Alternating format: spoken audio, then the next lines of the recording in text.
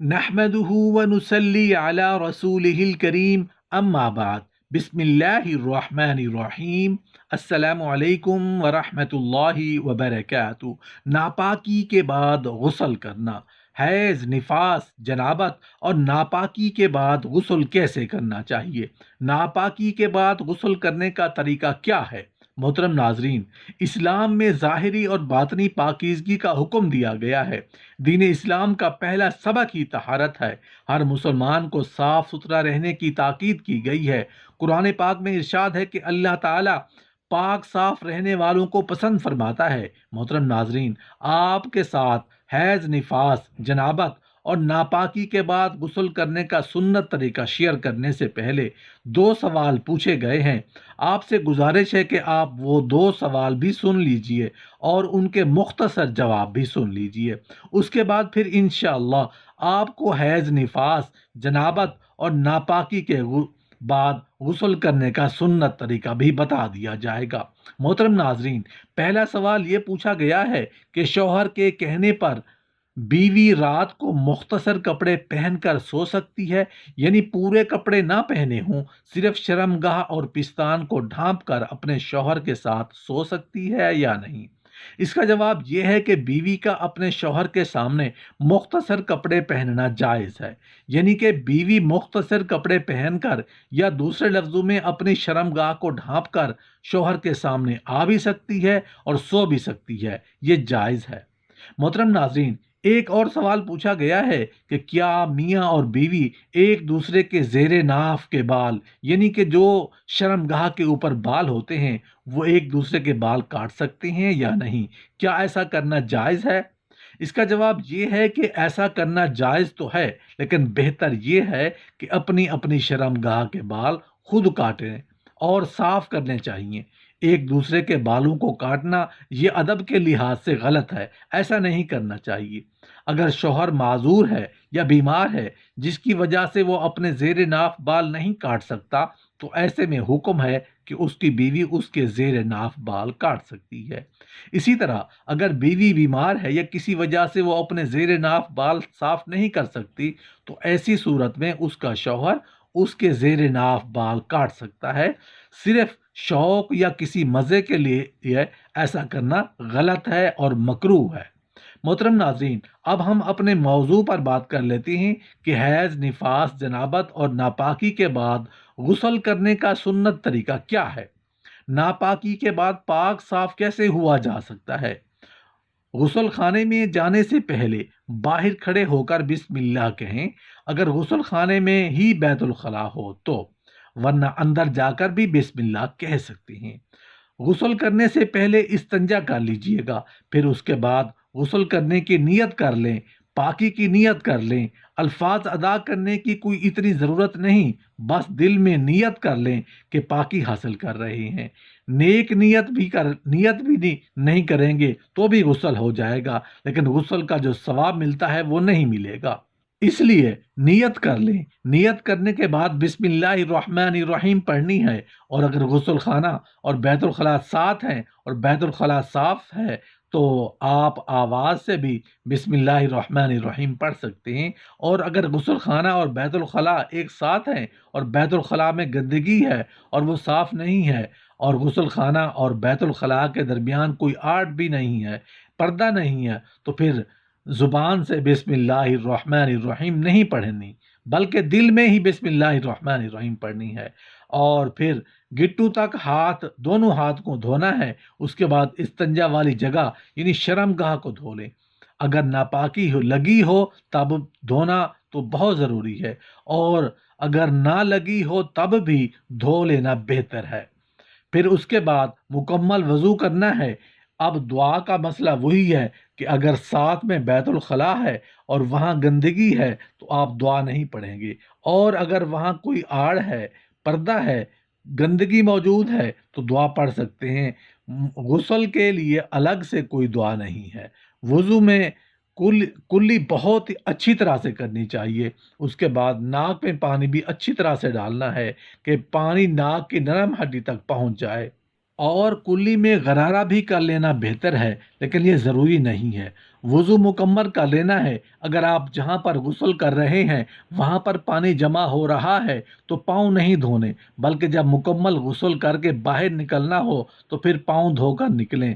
اگر ایسی جگہ کہ جہاں پر پانی جمع نہیں ہوتا تو وہاں پر وضو کے دوران ہی مکمل وضو کے لیے پانی بھی دھو لیجئے۔ اس کے بعد کسی برتن وغیرہ سے پانی لے کر داہنے کندھے پر 3 مرتبہ ڈالنے ہیں، اور پھر اس کے بعد بائیں کندھے پر 3 مرتبہ پانی ڈالنا ہے، اور پھر سر پر 3 مرتبہ ڈالنا ہے۔ اس میں دوسرا طریقہ یہ بھی کر سکتے ہیں کہ پہلے سر پر 3 مرتبہ پانی ڈالیں، پھر داہنے کندھے پر، پھر بائیں کندھے پر 3 مرتبہ پانی ڈالیں۔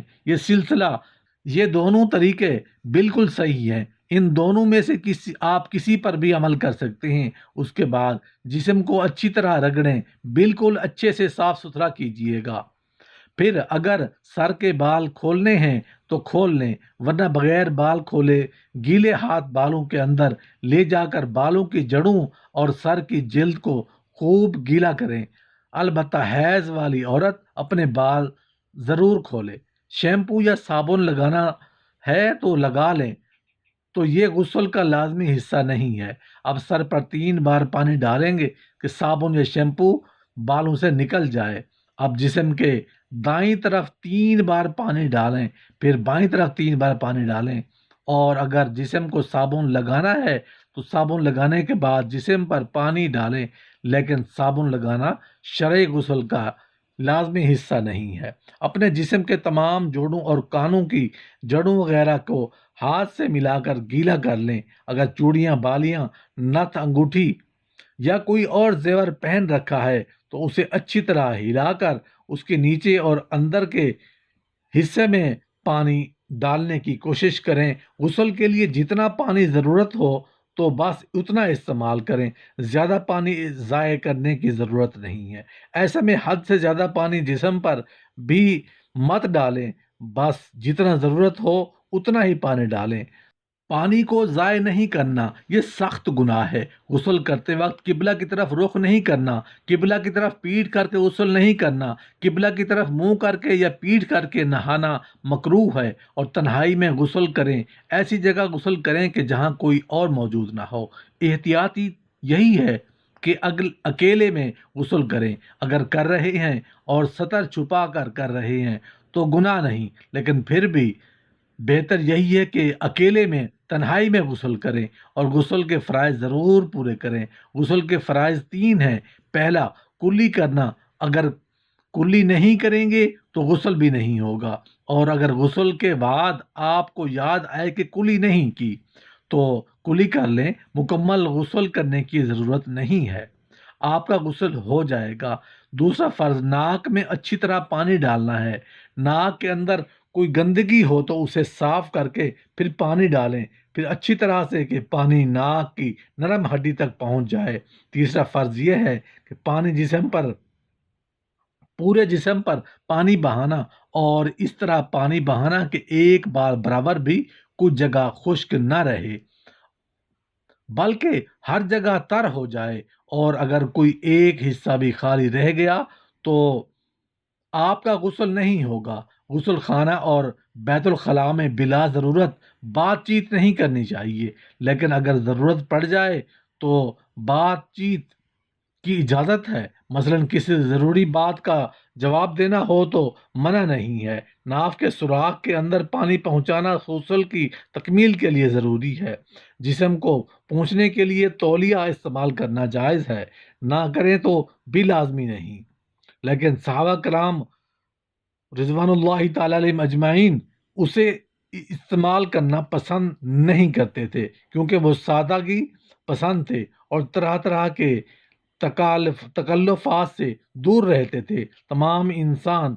تمام کپڑے پہننے کا آغاز دائیں طرف سے کریں، مثلا قمیض یا پاجامہ، بنیان وغیرہ پہلے وہ کپڑے پہنے جو زیادہ سطر کو چھپانے والا ہے، اور گلے میں سے پہنے جانے والا کپڑا ہی عورت کے لیے زیادہ سطر ہے، لیکن مرد کے لیے نیچے ٹانگوں پر پہنچانے والا کپڑا زیادہ تر سطر، یعنی شلوار، پاجامہ، تہبند وغیرہ غسل خانے سے باہر نکلنے کے بعد کلمہ شہادت پڑھیں۔ غسل کھڑے ہو کر بھی کیا جا سکتا ہے اور بیٹھ کر بھی کیا جا سکتا ہے۔ اگر کپڑے مکمل اتارے ہوئے ہیں تو بیٹھ کر غسل کرنا زیادہ بہتر ہے۔ جو بھی جس پانی میں ہاتھ ڈال دے وہ پانی ناپاک نہیں ہوتا۔